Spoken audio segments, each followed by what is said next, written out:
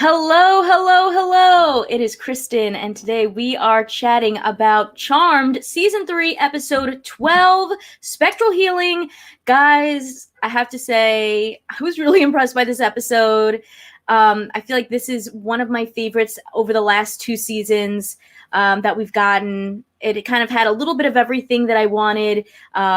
That we got to sort of meet some more magical-ish beings or scenarios, and I'm just excited to talk about this one. So let's get into it. First of all, I would say that there was kind of like three different storylines going on over the course of this episode. We have we have Maggie and Macy working together to try to figure out what was going on with these letters from their mom Marisol, and they kind of get into a whole ghostly situation, which was really cool. We also have Harry and Mel going off to try to figure out his whole situation of how can he become mortal, things like that. And then the third storyline, if you will, is Abigail in the Tomb of Chaos. And there's just so much to get into. I'm like, where do I even want to start? Because I was just really excited about where this episode went and some of the things that happened. There were a couple of things that I was like hoping for a little bit more, but we'll get into it. So let's start off first with Macy and Maggie's story. So Macy has been experimenting to try to get rid of this allergy. She's like, I don't believe the perfecti. They say we can't get rid of this. I'm going to keep trying. And she kind of gets frustrated, and she uses her powers to throw a whole bunch of books off the walls, and she finds this random box that has letters in it from Marisol. Oh, this was so exciting. The minute that they teased this in the promo, I was like, yes, yes, yes. We're finally going back to like some of those roots. We're getting back to the mom. Marisol was, was able to like sort of see the future. So I'm like, okay, this is going to be awesome. I can't wait to see what letters she wrote. And, they find three letters. One is kind of like to all the girls when they can't, when it's kind of painful to be around each other. So they're like, oh my gosh, this must be a premonition that she had about us getting this allergy. This is going to be able to help us. And there's a second letter that's to Mel on her wedding day, and a third letter to Maggie on her graduation day. And I just thought that was really sweet, and I hope that we actually get to see those letters be opened sometime in the future. But the first one they open obviously is this one of to my daughters or to all the girls when they when it's painful to be around each other, and they're like, okay, so this is gonna help with the allergy, right? So they open the letter, but some of it's a little faded out, so they can't really read it. So they're trying to figure out what to do. I kind of thought, like, isn't there some kind of like spell they could have done that could have just, I don't know, made the font come up a little bit easier to read? But they decided they need to kind of use some kind of spell to bring about the ghost of Marisol, which I was honestly hoping that we would actually see her as a ghost come back, sort of like how they would do with Grams and the Charmed One's mom in the original Charmed. They didn't necessarily do it like that, but I mean, I guess we can be happy with what we got. But really quick, Jaz mentions the box was full of letters, so maybe there's even more letters. I hope so. But honestly, I was kind of hoping that these were real predictions from Marisol based off of, her powers. That's not really what we got, but what we did get was still very interesting. So they end up using this spell to bring back Marisol, but it doesn't work right because there's fine print on the spell. They didn't do it right. And they end up bringing back these two ghosts that go into Maggie's body, Daisy and Roger. Daisy is a 17-year-old girl, and Roger is her dad. And I thought it was really fun to be able to get this kind of like different sort of, supernatural or magical storyline in this episode where we're actually kind of experiencing spirits and ghosts. I thought it was interesting that they went into Maggie's body, and of course they're sort of used as like a lesson for Macy, to realize that people need to kind of like experience life on their own terms. And I think that definitely made sense with what she's going through with Harry and his want to sort of become mortal. And so this episode, we also get to see, Maggie and Antonio have a little bit of a moment. And then I think it kind of also shows that like the all these visions that Maggie has been having about Antonio are not necessarily for herself, so like we got a vision of her and Antonio dancing, but really that was Daisy. So in order to get rid of these ghosts that are now basically taking over Maggie's life, they need to figure out how to help them pass on, or else they're going to be stuck in her body forever, which obviously we can't have because otherwise we're not going to have the charmed one. So they do help them cross over. Roger crosses over by getting his daughter's forgiveness for, ruining her prom and them getting into a car accident and dying. And then they allow Daisy to kind of have that prom moment that she always wanted with Antonio. And Antonio, this whole episode is like all over the place. He thinks that he's, sleeping, or that he's got knocked out. He's got a concussion. Really, he's seeing all these magical things happen. So I wonder if he's going to start getting a little bit suspicious. I think that would actually be really interesting if what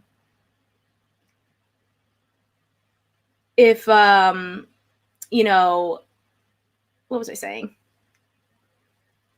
Sorry. I think it would be really interesting if Antonio started getting suspicious and maybe, I don't know, became like a witch hunter or something. Maybe that's not where this is going. But, I like Antonio. I thought it was interesting to see, that he's interested in Maggie, and Maggie's kind of like, no, I think Jordan's the one for me. A couple of comments. Some people, I think, are a little bit confused about the letters. It was for Mel's marriage, for Mel's wedding day and Maggie's graduation. I wrote notes, so that's why I remember. I have like a whole little slew of notes over here. And Bluebell says, a witch hunter. I like it, right? Wouldn't that be interesting? Like if, maybe things kind of take a turn with Antonio. I think that would be very interesting. So yeah, that was the storyline with Maggie and Macy, and I really liked it. I enjoyed that we were getting this kind of like unfinished business ghost storyline, because we don't really always get to see a lot of supernatural beings, I feel like, in this show, for a show that's all about, magic and supernatural stuff. So I thought that was really exciting, and I felt like what I really liked about this episode also is that it felt like everyone actually had a even the people that were making cameos kind of had a role, which is what I've been waiting for. And we'll talk about that as well when we get to the next part with Mel and Harry. But, I really like that, like, the storyline of what happened to Daisy and Roger was actually, like, a focus. It wasn't like a side little thing that didn't really matter, which I really enjoyed. I felt like this was, like, one of the stronger written episodes because of that. And also, there is kind of a little bit of a connection there to the idea of, Daisy and Roger's unfinished business, which was a little bit reminiscent to Frankie and Lulu's unfinished business in the original series in the episode A Page from the Past. So let's get into, and Darren Williams says, Maggie's acting was excellent with all the characters she was playing. Yeah, it was really fun. I really liked seeing that. Again, I think what I would have liked a little bit more is maybe to actually see the ghosts more versus just seeing them once they move on. But I still think it was cool that we, kind of got to dive into this other storyline. I like when they do that. Now let's get into what was going on with Mel and Harry. Harry has decided that he wants to become mortal. He wants to have this life with Macy. And,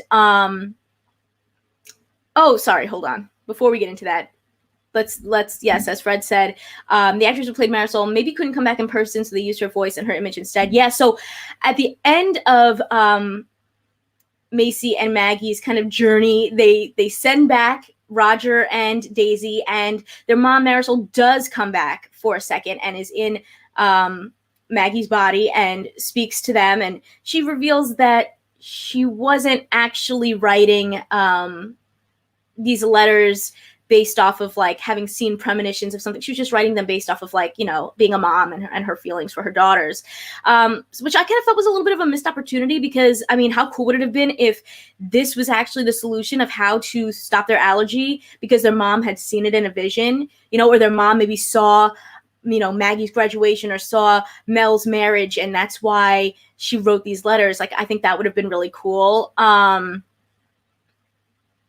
So I was hoping for a little bit more there.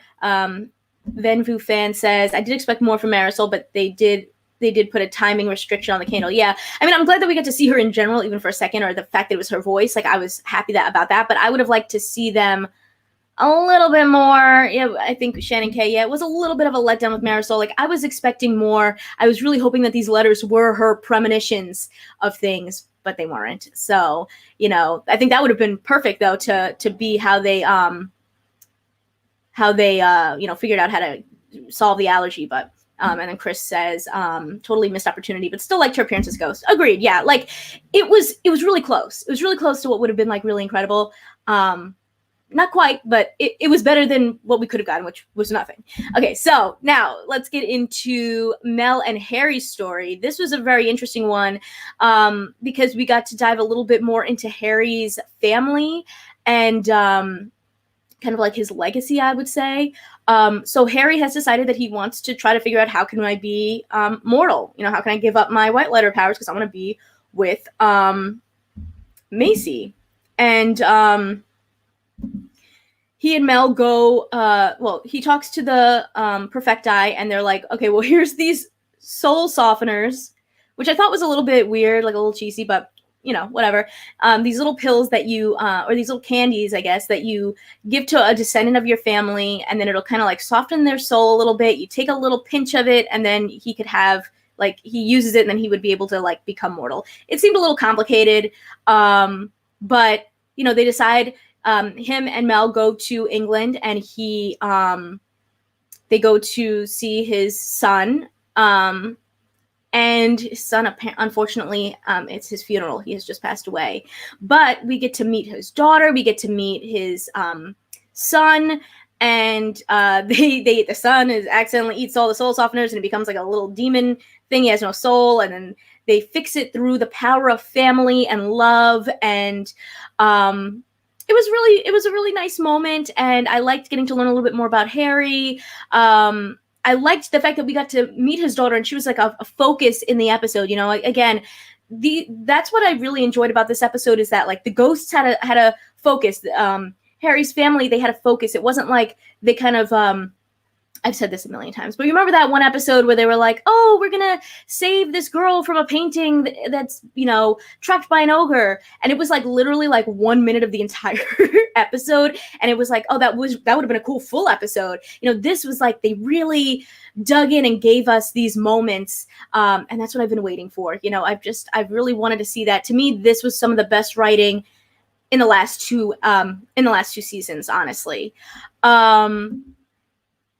So, Harry, by the time he comes back, has basically had this epiphany when he comes back to the command center and talks to Macy, and like he wants to have a family, he wants to have kids, he wants to do all of the things with Macy, and I thought that was really beautiful, and I would love to see them do that. I think that it was a really nice moment, and the fact that they're both on the same page is really cool.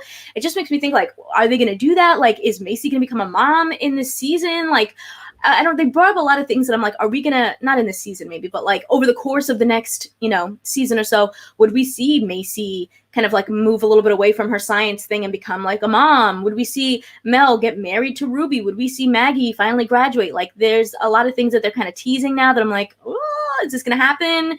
How long until this stuff happens? But anyway, yeah. And then Venvu says, or Venvu fan says, do you think the soul softeners and soul of a descendant are necessary because Harry is only half of a soul? That's a great point. I don't really know. I mean, I guess this is what the Perfecti said, but I mean, the Perfecti don't really know everything. It seems like they think they do, but, if they can't even fix the allergy without causing side effects, I guess they don't really know everything. But yeah. Bluebell says, I think losing Harry as a whitelighter will be a bummer. They need his healing powers to keep fighting demons, etc. But okay, thought though, what if Jordan becomes a whitelighter? But like in a different way where like he doesn't have to give up his soul or anything. Maybe they like give, oh my God, how cool would that be, right? Like if they just like, what if the Perfecti could like take Harry's abilities and give them to Jordan, and Jordan becomes a whitelighter? I'm just saying, he would be a really good whitelighter. Jordan would be a really good whitelighter. Yes, right? He'd be so good.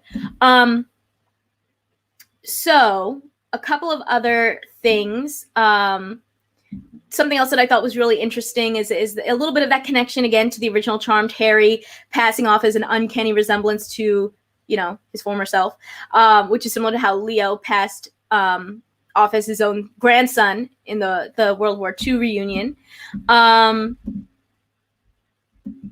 then let me see. Oh, we got some more comments. Thank you, Chris. The perfect I can't give up. You're right. That's true. But they can't swap them? They can't just swap them? And then Taryn says, Jordan being a whitelighter would be so cool. I think Jordan will die protecting someone to become a whitelighter.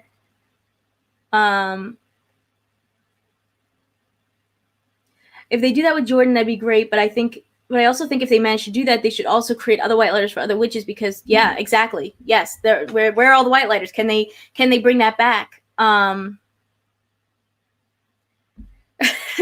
And Fred says it was hilarious how no one noticed Harry's grandson turning demonic. He was practically in the corner with a meat cleaver ready to step, right? Like nobody noticed. They're just like in the corner. That was pretty funny. Yeah, and Jamel, why hasn't Harry tried to make more whitelighters? That way, if Harry leaves, they still have to. You know what? You just think sometimes, like, this is a magical world. They should be able to do anything. So, like, if they want to make whitelighters, right? Like, can't they figure out a way to do it that doesn't involve the way that, you know, was painful that they did it originally? Like, can't they do it in a different way? I don't know. I guess we'll find out. Now, I do want to get into the story with Abigail in the Tomb of Chaos. She and Jordan are both trapped there in their own little cells. I think because the Perfecti found them dangerous, you know, or thought that they deserved to be there. And this episode, honestly, I kind of wish had come up sooner because we really got to learn more about Abigail's background and why she is the way she is. And I think that this could have been like I kind of wish that they just did that a little bit sooner and kind of showed us like her experience with her mom. So we get to meet her mom in the Tomb of Chaos, and how just like terrible she was to her, basically. Like she locks her in a crate and everything because she doesn't understand her demon side. And I think a lot of Abigail's story is kind of like she didn't know. She was young. She didn't understand her demon abilities or her demon side, and her parents and especially her mom just wasn't sympathetic and didn't like understand her and just like kind of was abusive to her. We also get to learn about that sister. We also get to learn that Abigail's sister's name is Waverly, and maybe they will introduce her later on in the future. I don't know, maybe not. But man, like I just wish this episode had come sooner because I really felt bad for Abigail, and I feel like she just literally. I mean, we already knew that like really she just has always been misunderstood and doesn't know how to like kind of fit in and doesn't feel like she's appreciated or loved and just is trying to connect with people but doesn't really know how to do that and kind of goes about it the wrong way. Yeah, I think Abigail's story really like it was, yeah, as Chris says, it was heartbreaking. It was very heartbreaking. I felt really bad for her and I was kind of like, I wish that they had introduced this a little bit sooner. Yeah, just a little bit sooner. Yeah, Abigail's mom was terrible. What else?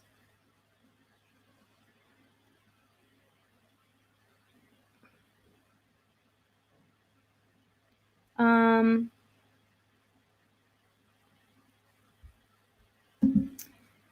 I didn't really get the end of the episode with Abby and what was that about her drinking the scotch and then smirking. I think it was kind of like her being like kind of embracing being trapped there, maybe. I don't know. Does anyone have any theories of like what that kind of was at the end? Abigail drinking the scotch. I think she kind of was like just embracing that she was gonna be stuck there now. Like originally she was kind of fighting it, but I don't know if you guys have any other theories. And then at the very end, we get this promo that teases that like they're trying to get Jordan and Abigail out of the Tomb of Chaos, and I think it'll probably be relatively easy to get Jordan out, maybe. But it looks like they're gonna need to kind of have evidence to prove that Abigail doesn't belong there, but the sisters kind of believe that she does belong there. So what are they going to do? How are they going to be able to get her out? Honestly, I mean, I don't know if Abigail really does belong there. I think that she, you know, is maybe a person that could be hard to get along with, but I don't think she's really done that much. You know, she usually is helping the charmed ones. I don't think she's really done that much, like, bad, I guess.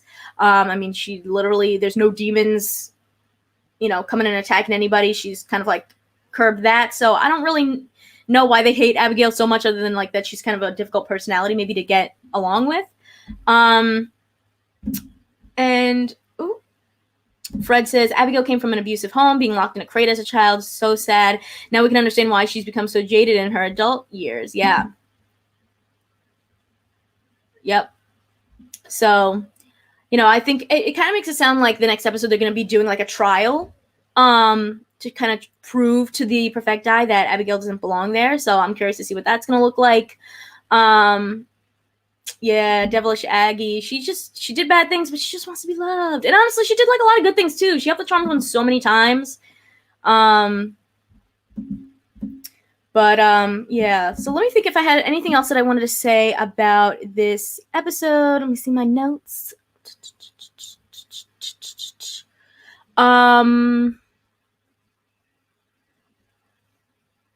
Yeah, I feel like that's kind of mostly what I wanted to talk about.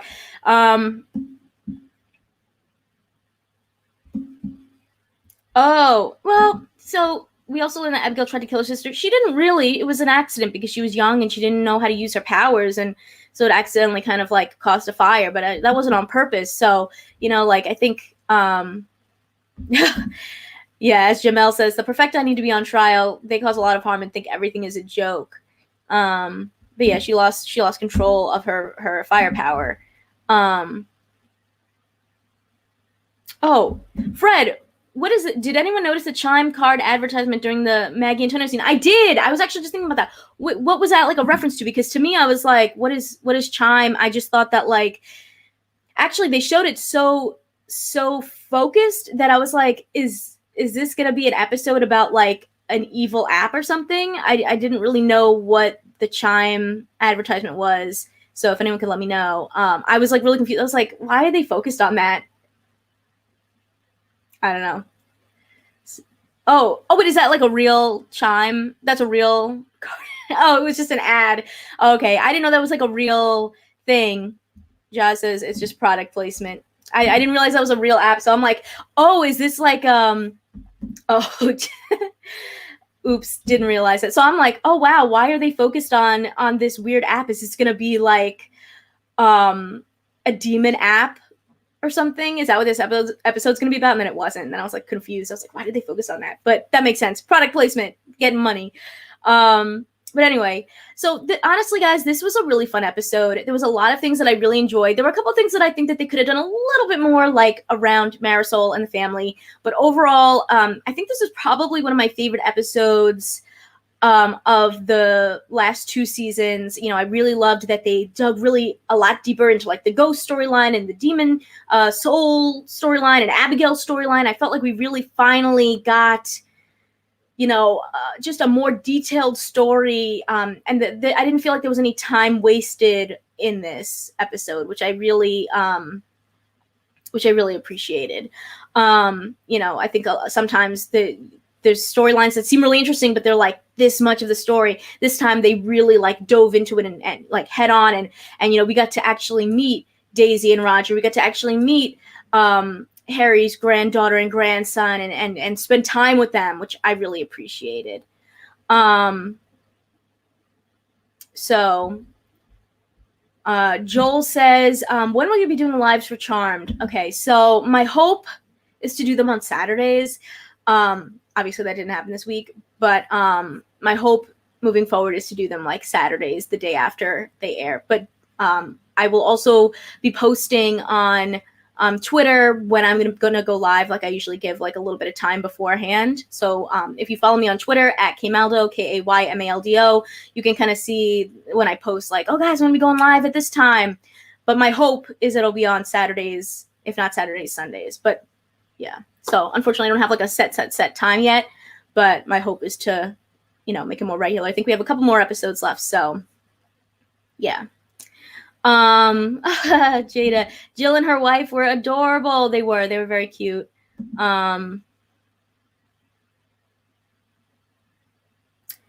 Jamel says, when do they actually protect and save innocents? Like, they're sleeping on how innocents can become whitelighters. They don't really save innocents in this show. They've done it a couple of times, but like, sometimes I'm like, what are we focused on? You know, I mean, I guess in this this season is really just about getting their powers. Or sorry, this season's really just about getting the allergy gone, and then you know, I'm sure the Perfecti are going to be like the next big bad. You know, that's kind of, you know, what I'm thinking. But there's not really like a lot going on right now other than them trying to just like get rid of their allergy. And yeah.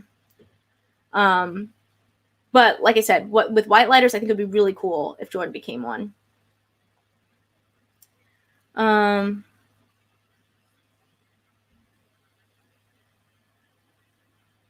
But yeah, so, you know, this was a fun one. I actually really enjoyed this episode a lot. And, you know, I'd love to hear your guys' thoughts. You know, if you didn't make it to the live stream, feel free to leave a comment and let me know, and I will definitely reply back. And yeah, this has been fun, guys. I'm actually really glad the show moved to Fridays because I feel like it's a little bit easier to, you know, do a live stream on like the weekend versus waiting till like potentially Monday evening. So I'm glad that you guys are joining me today. We have like 22 people in here right now. I appreciate all of you joining me today. And I'm going to wrap things up. If you want to check out more of my reviews, I do Charmed reviews, like I said, every, you know, live streams every weekend. And I also review a lot of other things, so make sure to go check those out. I do sometimes some interviews and things like that. So I hope if you are not subscribed to my channel that you will, you know, come join our little pop culture community. And yeah, actually, before we end really quick, I feel like this is a great comment from Jamel. What if they have to kill the Perfecti to undo the allergy?